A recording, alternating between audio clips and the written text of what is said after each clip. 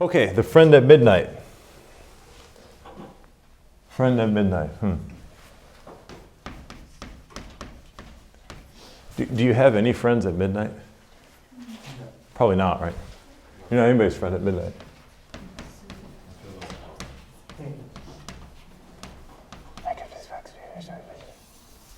It's funny, I turn on right on the board and I hear.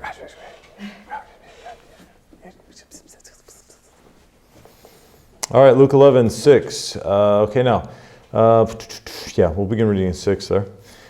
For a friend of mine in his journey is come, 5.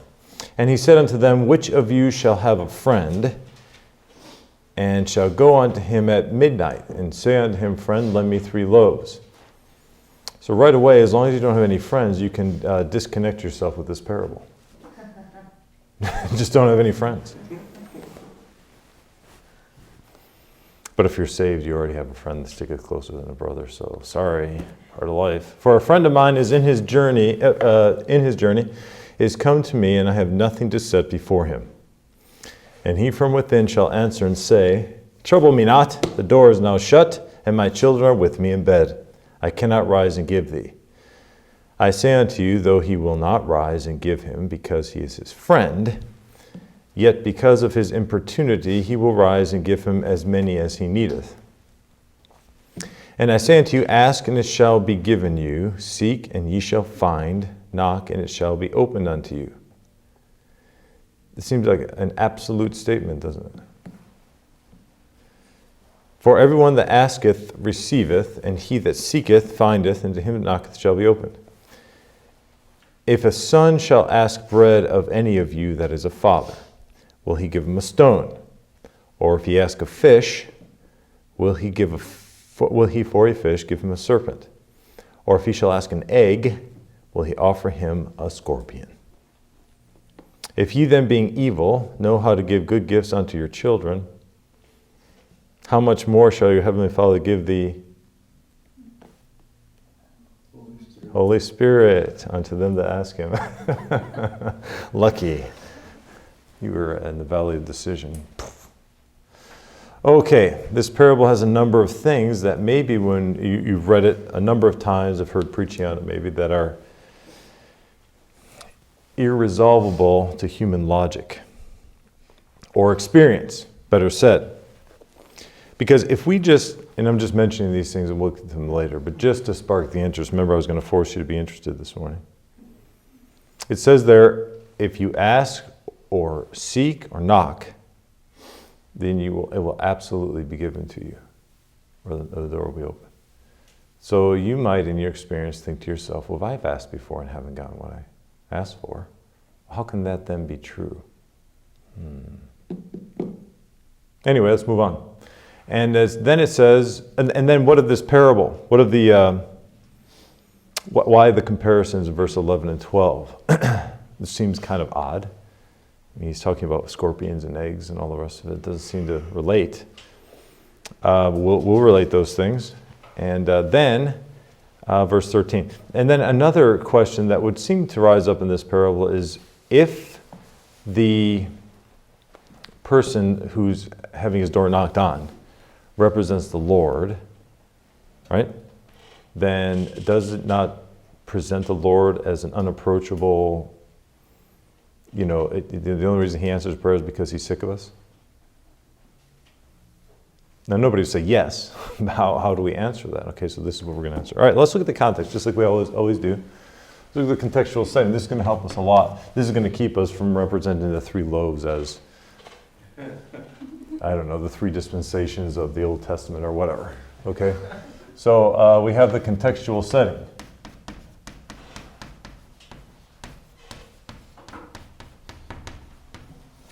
All right, so we back up to verse 1, and it says, and it came to pass that as he was praying in a certain place, when he ceased, one of his disciples said unto him, Lord, teach us to pray. He didn't say, Lord, teach us how to pray. He says there, Lord, teach us to pray, as John also taught his disciples. So the question wasn't born out of a desire of these disciples to be given the words to say, but rather the example to follow. So here the Lord is praying. Nobody disturbed him. It said when he was done, when he ceased, then the disciples said unto him.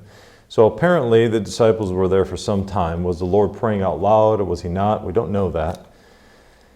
But I think it could be, I think they did discern, because of their question afterwards, that whatever prayer it was fervent, you could say, for sure. It was complete. It was solid prayer. Okay, we'll just put it that way. And so when they saw that, it was something that they desired. So it was something in the manner that Christ was praying here that caused the disciples to want to pray like that. And so have you ever read a book, maybe, E.M. Bound's, a book on prayer, or you read about, not Hudson Taylor, the orphanage guy? George Miller, right.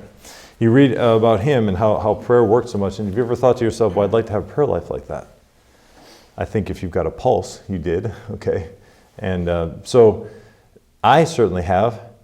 And so maybe this is the kind of thing, you read about lives like that and you consider those things and you say to yourself, well, there's got to be something about this.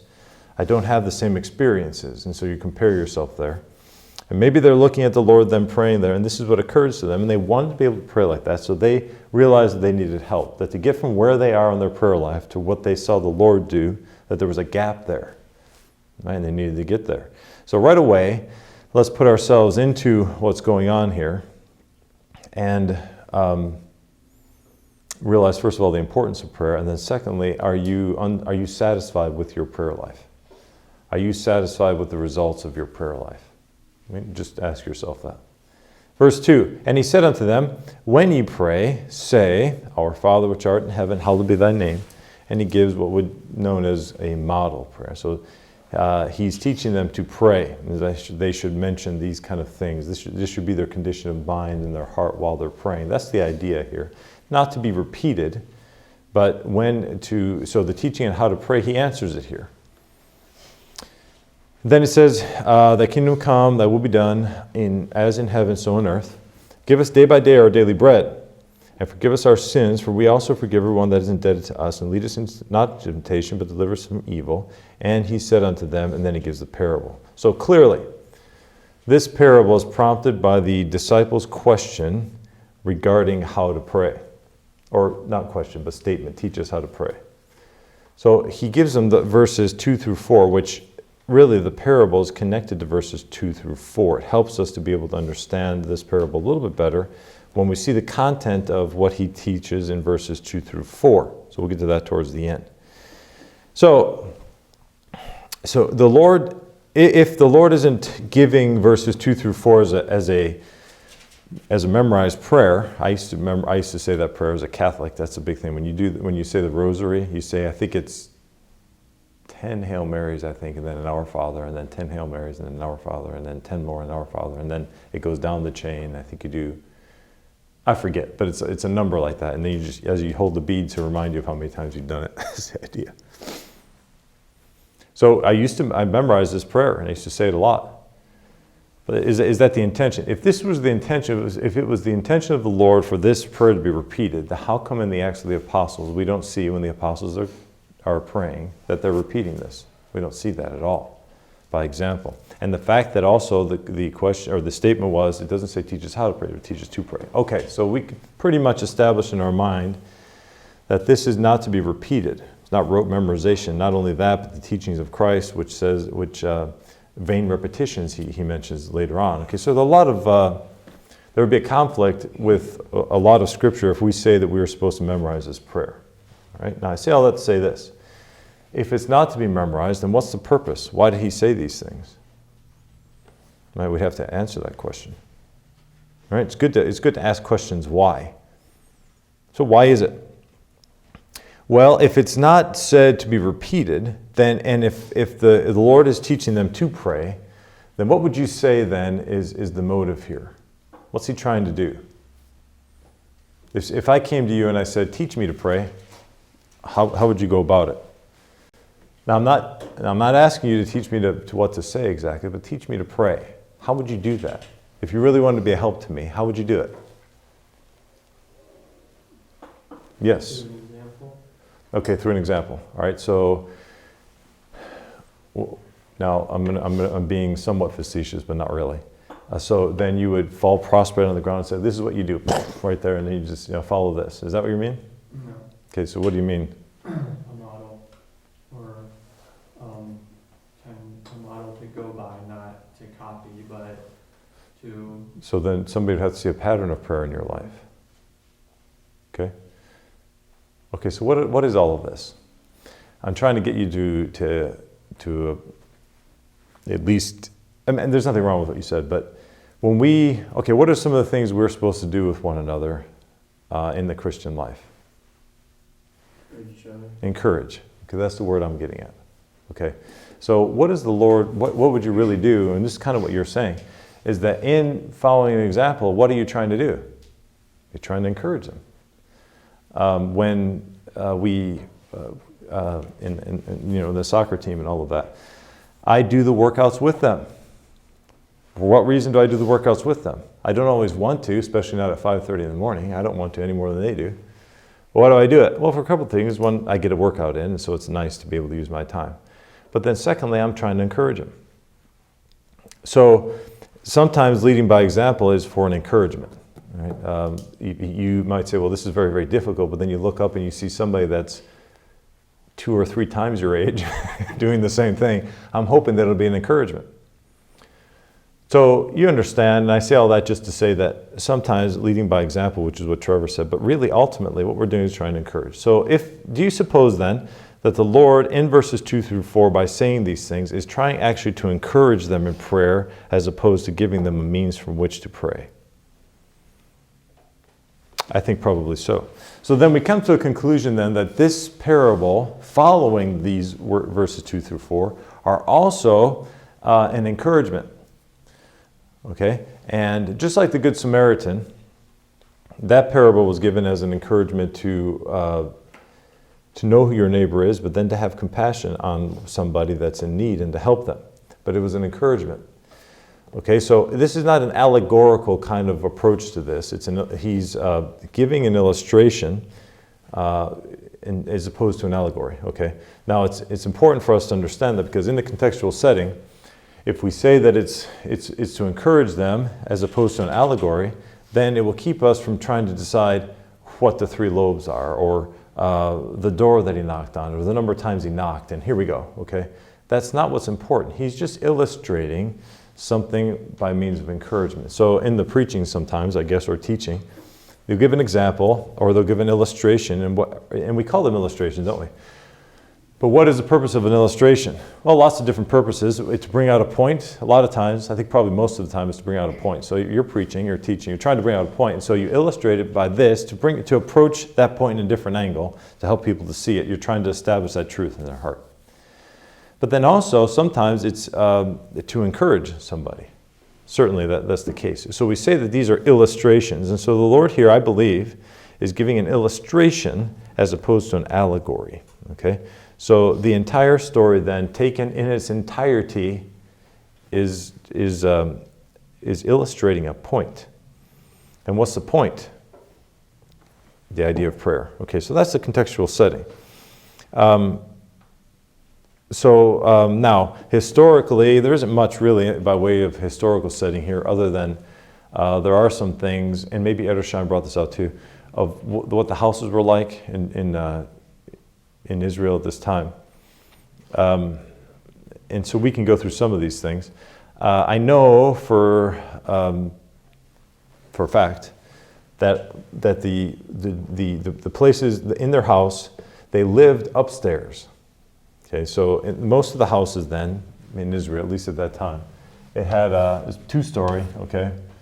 And we look at this in New Testament history class because it's important. I don't remember exactly for what, but it's important. And a lot of times they'll have stairs, either here or even inside or sometimes around the back. And that's a means from which you can get up here. And this is where they live. So their rooms and all of that, it might just be an open space, or there might be some chambers or whatever.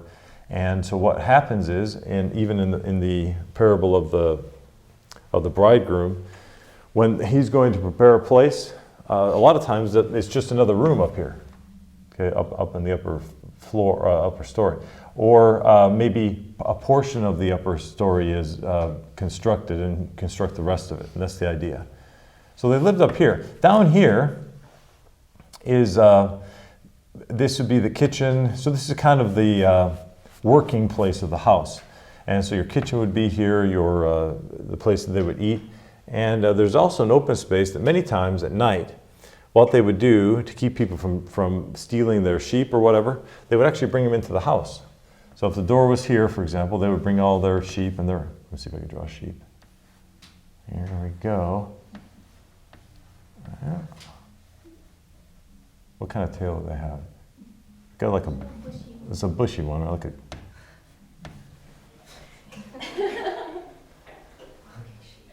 Obviously, that's a sheep. That's a really big one. They don't have much room in the house. Oh, this board affords me the opportunity to display my artistic talents. What a form. All right, so your sheep will go in there and stay there in the night, and then of course you lock the door. And this would keep the wolves from eating your sheep or stealing or whatever. All right, so there you have it. So here we are at nighttime. Let's say the stairs are inside. The house that I saw in Nazareth had the stairs here, and then there was a floor. There were some things here sustaining that upper floor. Anyway, and you go up there. So let's say it's like that. Midnight. Here they are sleeping. There they are. And I suppose I should put Z's here. That's how it works. All right, snoring away, which I'm sure none of you would admit that you do. However, if we spoke to your roommates, it would be a different story. So they're sleeping upstairs. They're comfortable. All their kids are there. They are, at midnight, completely crashed. Now, of course, they would go to sleep when it began to be dark. They didn't have lamps. Well, they had candles and that sort of thing. But for the most part, they would rise and go to bed with the sun, which is actually rising. Anyway, let's move on. So we're sleeping there in the upper story. And this is the situation. At midnight, probably the sheep are also sleeping. Everybody's in slumber. Now, have you ever gone to a bus house on Sunday morning and tried to wake them up? Is it really easy? Like as soon as you hit it one time, they come to the door and they open up. Hey, ready to go. Does that ever happen? So if you're actually trying to wake them up, or maybe somebody has tried to wake you up, depending on the hardness of your sleep, and whether you're in rapid eye movement sleep or whatever, we'd have to hook up a machine to show the waves of your brain waves at the time. But whatever it might be, maybe you're at the beta wave stage. And you're sound asleep. So in order to come here and knock on the door, considering the fact that they're upstairs, this would not be an easy task, would it?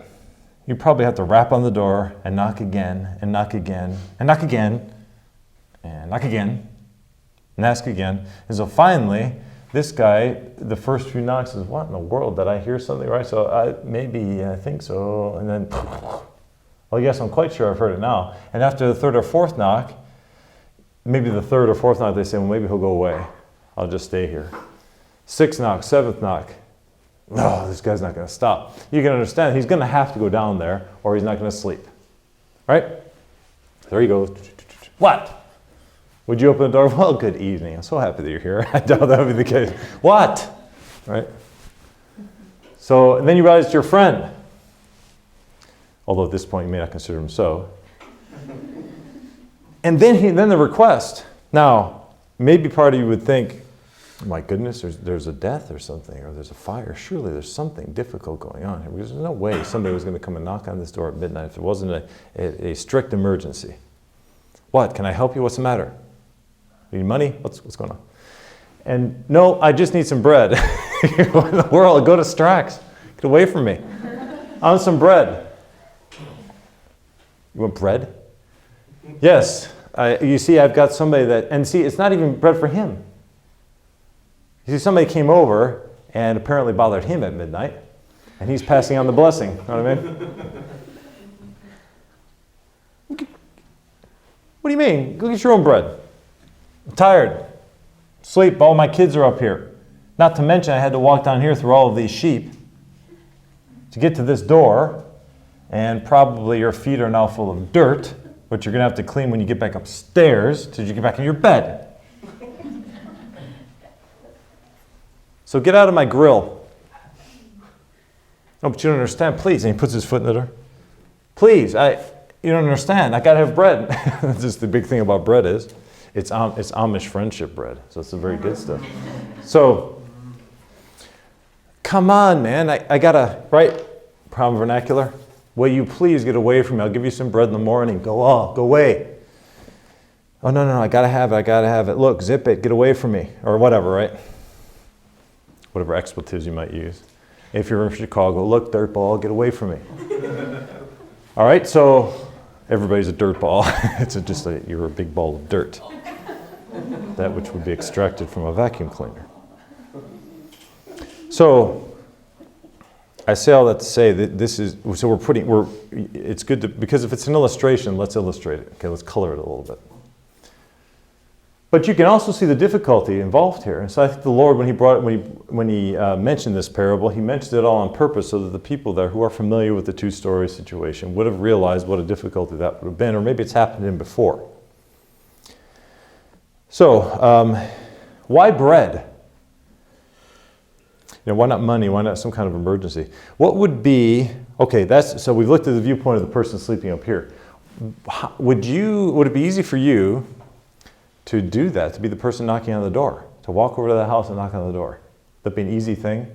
I need bread. Oh, I'll just go knock on this door real quick. Why not? What is it about that makes it difficult?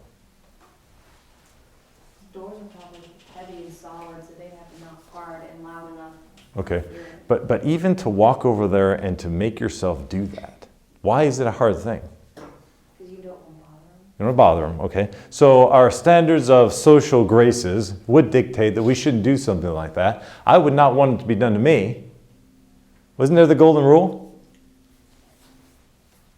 So what would cause this person to do this? What would bring you to the point where you would forego social graces and maybe put a blight on yourself to have some bread? Here it's an illustration, right? So what is it? The need would have to be that great that you are willing to put all of your self-pride aside. Yeah, pride and all of that, it doesn't matter. I don't care how it makes me look. So you have to get to that point. I don't care what it makes me look like. I got to have it. So it was a need, and I think Trevor brought that up. The thing is, okay, and then we're talking about, and then in verse 11, there's bread again, then a fish and an egg. So we talk about bread, fish, and egg. Yeah, we can go funny with it. If it's allegorical, it could be really fun. But bread, fish, and egg, what are all of those things? So you have your basic food groups, right? And I think these are all contained in there somewhere. But I think Trevor mentioned it. What are all these things compared to a stone, a scorpion, or what was the other thing? It's a serpent. Do you need a serpent? I cannot survive without a serpent, or a scorpion, or a stone. So that's the contrast. You're asking for things that are needed, and then the other things are not needed. In fact, would be burdensome. So I think that contrast is certainly important. Okay, so what else can we bring out here? So this idea of really, it's a shamelessness, really, right? A lot of times when the Lord is teaching things and illustrating things, he brings out he goes all the way to one side with something to make it really evident. Okay, I like to call it, and I don't know if it's proper English, but I like to call it, you're being superlative. Right? You're going way over here to illustrate a point. A lot of times, so when preachers get up and give illustrations, sometimes they'll give an illustration and it's almost like a shock effect because, because they're trying to hit you with something that you'll remember. I understand why they're doing it. So a lot of times the Lord will do these things, but he's trying to make it really obvious. The contrast between, because it's kind of ridiculous, isn't it? A fish, a serpent, you're looking at anything, an egg and a scorpion, what in the world does that have in common? But I think it's showing the extremes. Okay, so then, of course, we have to come to the point that the request ultimately is granted. So in verse 8, I say unto you that although he will not rise and give him because it is his friend, so now his motive is, if he came and asked when everybody was awake, then you can see your way to be a good friend. But when it's at midnight, the request is given, but not because he's your friend. It's because you want him to go away. All right, so the point here is one of contrast. The Lord is almost exclusively looking at the viewpoint of the person knocking, because after all, we're answering prayer. And then he gives the amazing Magna Carta of prayer, if you will. Verse 9, ask, and it will be given you. Seek, and you shall find. Knock, and it shall be opened unto you. So, it's not my words. It's been called the Magna Carta of prayer. Magna Carta just means the big letter, the big document, that kind of thing. And so that limited, I think the Magna Carta limited the power of kings, right? And that was the idea. So it was a main document that started all that thing. And of course the kings would say that they have divine authority. Anyway, but this is the Magna Carta here. This is the big document on prayer, and it's receiving answers to prayer. Then verse 10, for everyone that asketh receiveth, seeketh findeth, to him that knocketh shall be opened. So what are we talking about here? Now we have to bring this out in our mind. We have to start to put all of these things together. And what helps us? Well, the contextual setting. So I think we looked at it maybe historically when we talk about this, maybe somewhat. All right, so because this illustration does help us with it.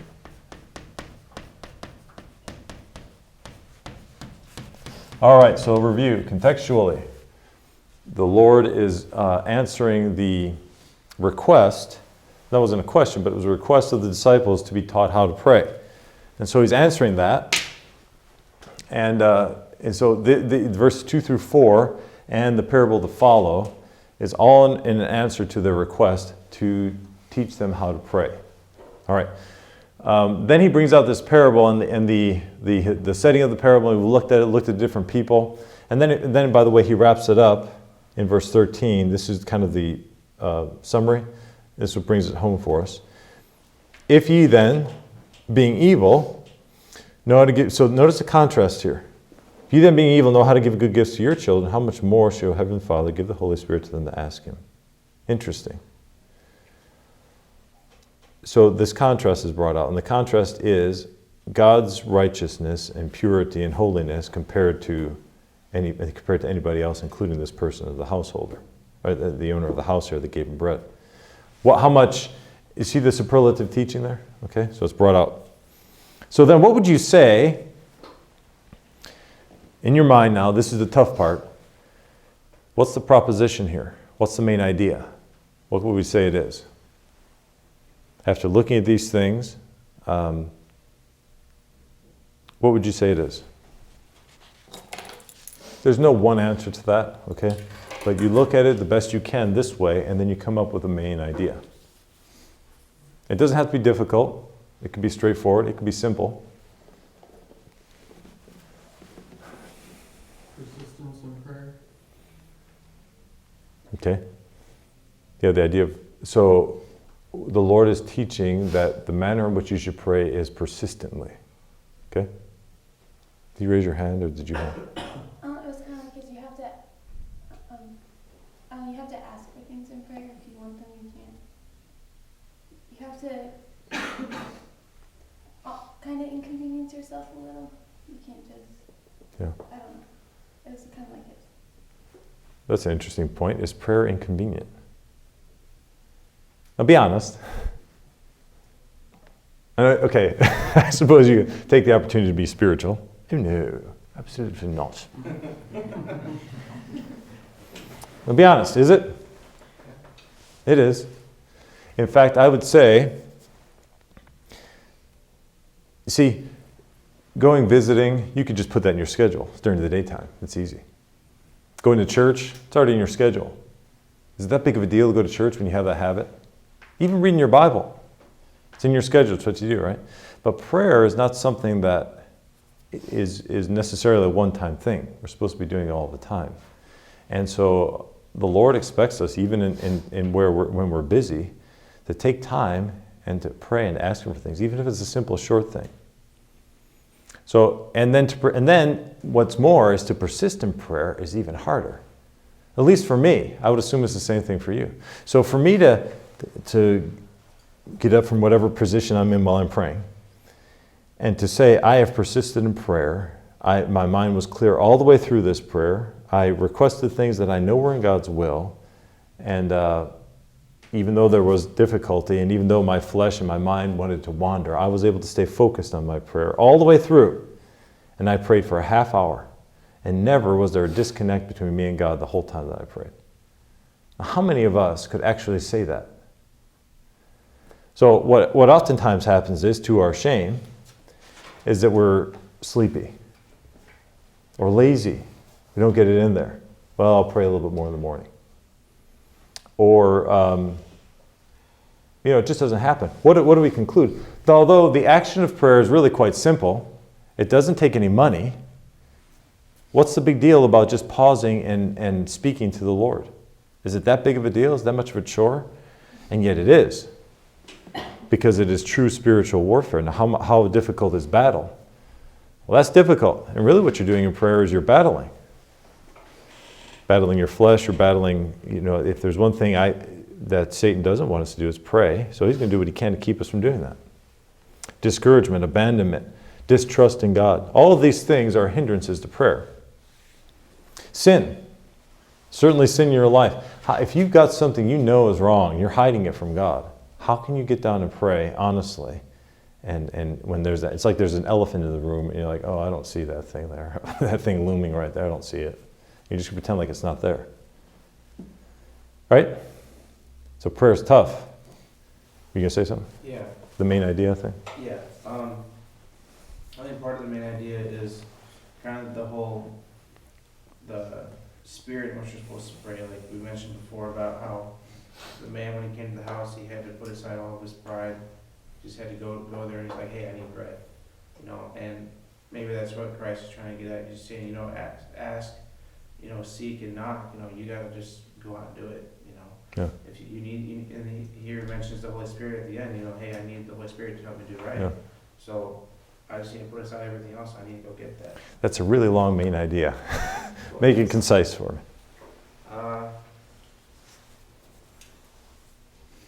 It's a hard thing to kind of put in that's important because it's going to guide us in our interpretation. I think you're right. I think you've all brought out really good points. This idea of importunity is hard to pray at all, but then to carry through in prayer, we need God's help. Right? Well, let's just say the lesson might be this. The main idea is this.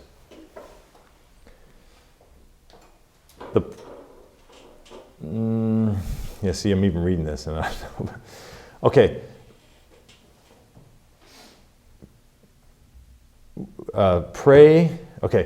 We pray with the proper attitude.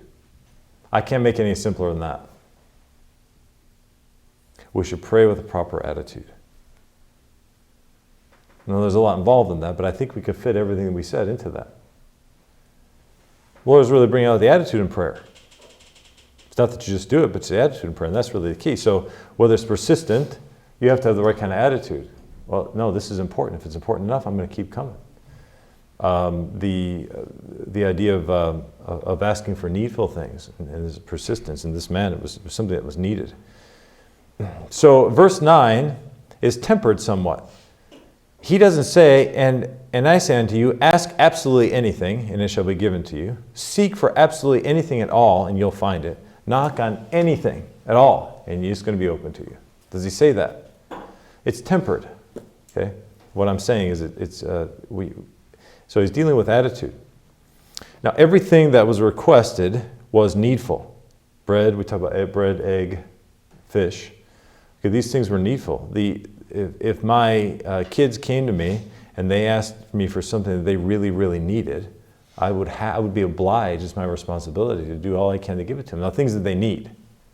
Okay, so they're in school. They got to have their school books. Okay, now they don't even know they need them, but if they did, they don't know what books they need. They just put their backpack on and go to school. But they need those things, so I'm obliged to do it. I have the responsibility to make sure they have it. Food, clothes, a room, a place to stay, a secure environment, all these things, and I could name tons and tons of things. It is my responsibility as their dad to make sure that they have those things. All right, and when they need help with something, it's my responsibility to be there to help them. It's something that they need. Now, if they come to me and say, Dad, can I have a camera? Why do you want a camera? I want to take pictures. Yes, I know you take pictures with a camera, but why? You know, a lot of times, I think kids just want something because they want to call it theirs. And a lot of times they like to use it as leverage against their other siblings. And that's why they want to have it. They want to have something that you don't have. You have to admit that when you were a kid, probably still to this day, it's that case. So do we go to God that way? I confess, yes, I have. I want to have something. I don't need it, but I'd like to have it. Now, is it wrong? Is it absolutely and completely wrong to ask for those things? Sometimes it's God's pleasure to give you those things. But it is wrong when he says no to persist in doing it. So we have to temper it. Okay, so having said all of that, which is quite a lot really, because we're getting close out of time, let's talk about then the conditions of successful prayer.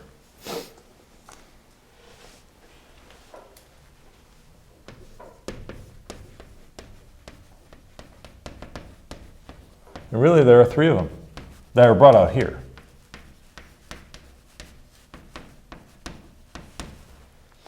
That might be a decent main idea right there. Okay, so there are 3. The first thing is the character of the one praying.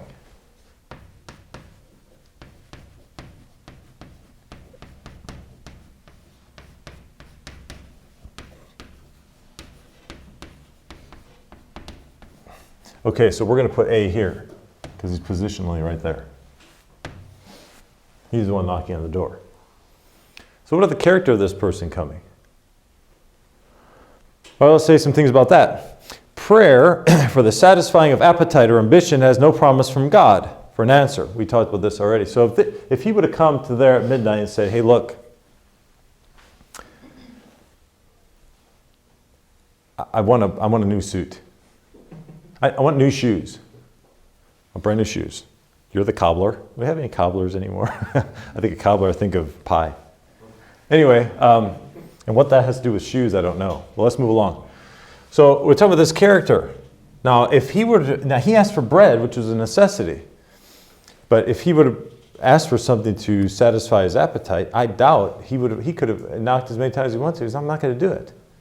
You can keep me awake if you want.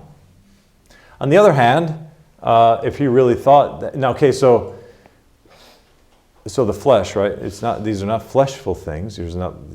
God is not bound to give you these things when it's born out of fleshly desire, obviously, because it can cause you to sin.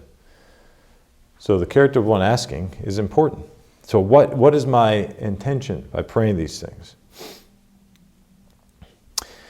Prayer must take hold of the spirit of a man. Psalm 37:4, delight thyself also in the Lord, and he will give you the desires of your heart. So you can take that verse to mean that as long as I'm delighting myself in the Lord, that anything I ask him, he's bound to give it to me. Actually bound. He's responsible to give it to me. You could take it that way. But it says delight yourself in the Lord. So if you're actually delighting yourself in the Lord, are you going to ask for things that are going to cause you to fulfill your lusts? No. So it's tempered that way. Prayer must be coupled with faith. James chapter 1. Let's turn there real quick. So this is talking about the character, right? So James chapter 1, verses 6 and 7. But let him ask in faith, nothing wavering. I lost my place. Nothing wavering. But for he that wavereth is like a wave of the sea, driven with the wind and tossed. For let not that man think that he shall receive anything of the Lord. So the illustration here is a wave of the sea. It is driven by the wind. And the wind then is unfixed. It's unstable. The wind blows where it wants to, right? And so and the Lord brings that out in John chapter 3. So if the wind is unstable, the sea which is driven by the wind will also be unstable. So if our faith is unstable, so will we be. This is the idea. So when we pray and ask for things, we have to pray them out of faith. Another part of the Bible says that he that cometh unto God must believe that he is, first of all, and that he is a reward of them that diligently seek him. So That's faith, isn't it? I'm not just talking to, I'm actually talking to somebody. And that's the faith. Have you ever heard somebody pray and they just go through the motions? I think most prayer probably is that way. But then sometimes you hear somebody pray and it occurs to you that this person is actually speaking to somebody as opposed to just, whatever. As if they believe that they're actually addressing somebody. So it has to be coupled with faith. All right? The more you believe that God will give you those things that you need, the more times you're going to knock. All right? So if this person would have come to the door and just knocked one single time, said, "I'm sorry, can I have some bread?" "No, go away." And just go away. Well, that person has no faith that person is going to give them anything, so they continue coming. That's really a measure of faith.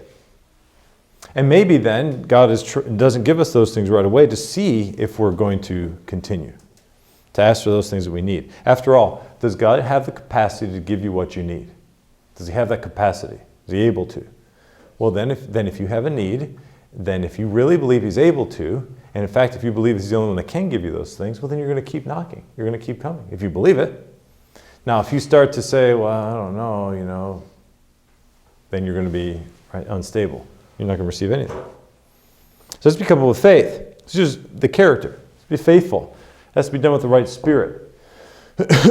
not to fulfill lustful desires of the flesh. And it has to be accompanied by a life abiding in the Lord. In other words, they have to have a clean life. So the character, obviously, of the person praying, they have to have a clean life. If I regard iniquity in my heart, the Lord will not hear me. Abide in me, Jesus says in John chapter 15. Okay, so the person that is praying should have a pure life. So successful prayer is the fruit of a holy character. Understanding this, then, a person should not be surprised that very few prayers are answered. So when our prayers are not answered regarding things that we need, very well it could be that our character is not right. There's something about us that is right. Either we're impure, we're not faithful, we're not praying out of a correct spirit, or we're praying things to consume it upon our own lust. So the character, I think, certainly, one praying, tempers verse 9 for us. So again, the Lord is answering, how do we pray? Well, when you pray, make sure you have the right attitude. In what way? That you're asking in the right kind of, in the right manner. And then also, the nature of the thing requested. These kind of go in hand.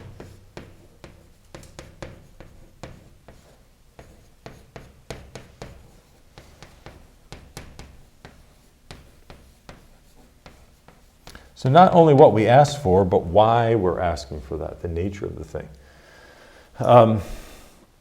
In verses 2 through 4, he says, "And he said unto them, when you pray, say, Our Father which art in heaven, hallowed be thy name. Thy kingdom come, thy will be done on earth as it is in heaven." So what is the intention there? The nature of the thing requested then, according to verse 2, would be for the glory of God. Am I asking for something that when receiving this thing, God will receive the glory of it? Or is it me? So you might ask for a brand new, name brand suit of clothes. If you were to actually receive those things, even though you're glorifying God, the point of the matter is you like to be seen around with a, Armani, is that a real expensive suit? Yeah, I'm told, I never go shopping, so I don't know, but I'm told those are really, so if you have an Armani suit and a Rolex watch, you obviously have achieved the status in life that you want everybody to know about. How does that give God glory? So we can see that the nature of the thing requested has to be in accordance with God's will then. And what's God's will? That he be glorified. Whatsoever they do all to the glory of God. So a lot of times we ask for things that because we're short-sighted are harmful for us. And we think that if we receive these things, we might say, well, Lord, if I get these things, I promise you that I'll praise you for it. But really, and you may say it, but the intention isn't ultimately to praise him, but so that you can, whatever. So the parent-child relationship is a good one. My kids might come to me and ask me for something, but I have to, if I'm going to give it to them, I'm not going to give them something that's going to hurt them. So I have to discern their motives. I have to discern the nature of the thing being requested. And a lot of times, as parents, that's where you mess up, because you don't discern it properly, or you do, but you say to yourself, well, here's the thing, I never give them anything. Their life is so structured, and so they're not able to do anything. I'll give in a little bit here. But you have to be careful, all right? Especially you ladies, because you tend to, the heart of a mother is that way, okay? You're just that way. And it's not a bad thing, you're supposed to be that way, but it has to be tempered, and that's why it's good to follow your husband in it. Because the dad's going to be more apt to say, now wait a minute. No. What are you asking this for? Now forget about it, go away. It's easy for us as dads to do that, okay? The heart of a mother, it's very difficult for mom to do that, their kids. But dads, we can, I don't know, it's just the way God made us. I'm not saying we can't be deceived, we surely can be. But God set this up this way, but you just have to be careful. So in the same way, and again, the Lord said, you being evil, you know how to give good gifts. I know how to do that. I know before my kids do, because they're just dum-dums. I know when they come to me what their intentions are. I know that. The dad does, especially, because God gives them wisdom. And so if I'm a good dad, I'm not going to give them those things, regardless of what they think, regardless of, why don't you look at what you do have as opposed to what you don't have? I don't know how many times I told my kids that. Oh, they think this and that and the other thing. Well, you know what? Why don't you start to count your blessings, what you really do have? When you begin to look at what you don't have as opposed to what you do, you're in trouble there. So, and if I am evil, according to verse 13, and I know how to do these things, how much more shall your Heavenly Father? So you see, it deals with attitude. All right, so a good example of this is the sons of Zebedee came and asked to sit at the right hand and the left hand of the throne, right? Okay, now that sounded like a pretty good thing. I want to be close to the Lord. But really what they wanted the exalted position in heaven. So that wasn't given. The Lord never told them that. What did Paul ask for? He asked for that thorn to be removed. Well, that sounds like a good thing. But why did he want it removed? Because he didn't want to go through the discomfort of it. Okay, but if the Lord wants you to have that discomfort, then it's supposed to be there. It's the best thing for you. So that's where it becomes hard. And that's where to discern what we're asking for is a difficult thing. And then, thirdly, the purpose of God himself.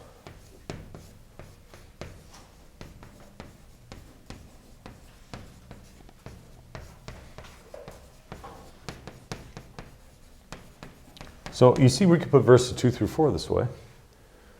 Our Father which art in heaven, hallowed be thy name. Thy kingdom come, thy will be done on earth as it is in heaven. So the nature of the thing requested. Give us this day our daily bread. The purpose and the nature of the thing is a necessity. And also another necessity that is interesting there is forgiveness. So you see, it is God's desire there that we forgive everybody. The nature of the thing requested is a need, and the character while I'm praying, well, I'm not trying to glorify myself. This is truly a need that I have. So maybe God has a purpose in all of this that we don't see. So we would admit freely that God knows the future from the past. He knows the whole thing. He knows exactly where I'm headed. And so there, if we admit that, and this requires faith, then we would also have to admit that if what I'm doing here causes me to go in a direction that is not right, which I can't see, but he does, then I conform myself to what his will is, and I say, okay, you know what's best, right? So it's tempered also by the prerequisites of God. Or maybe God is trying to, maybe it's not something bad, maybe it is a need, but we've been unthankful. So then the Lord doesn't really feel that it's best right now, even to give us those things that we absolutely need, at least for a time. At least stave it off maybe for a time. We don't know. God knows best. Okay, maybe the Lord wants to give us something greater. And so we're asking for this, but he really wants to give us something even more than that. But he's waiting to see if we'd be thankful even for this. Maybe that's the case. All right, and then maybe sometimes, all right, what about this? Sometimes the Lord will give you those things that you asked for that are going to hurt you, so that after you receive it and get hurt, you'll remember it. What do we see in the nation of Israel that's a good illustration of that? Well, they asked for quail, wasn't it? So God gave it to them, a whole bunch of it, a whole bunch of it. There, you want it there. And now what? So you see, that was designed. It wasn't the best thing. Okay, so they were feeding their flesh with flesh. But it wasn't the best. You might say to yourself, well, it wasn't the best thing for them to have those sort of things, but God thought it was at the time, so to help them to see something. So that could be. You see, it is impossible for us to know. That's why we have to submit ourselves to God's will. So the purpose of God himself has to be primary. So when we're praying, we have to make sure that we're right. We have to make sure that we know we're requesting something that is God's will, and then we have to admit or submit to the purpose of God himself. So they asked, do you want to teach us how to pray? Well, the Lord is answering the question. You pray like this. You pray making sure that your character, that you're right. You pray making sure that the nature is correct, and then you pray submitting yourself to the will of God always. So in these three ways, I think, is brought out in this illustration. So now, is God, when we look at it that way, does God seem like an unapproachable, mean, and a person who is only granting a request because he wants us to shut up? No. That's not the purpose. So if we understand that as fathers or even as friends, if you're a true friend to somebody, are you going to give them something that you know is going to hurt them? No. So if we know that, if we understand that, how much more God, who is absolutely perfect and can see the future, if we can't see the future, we don't know those things, how much more is God? And then that contrast then helps us understand it, and it tempers our interpretation. Okay, you're dismissed.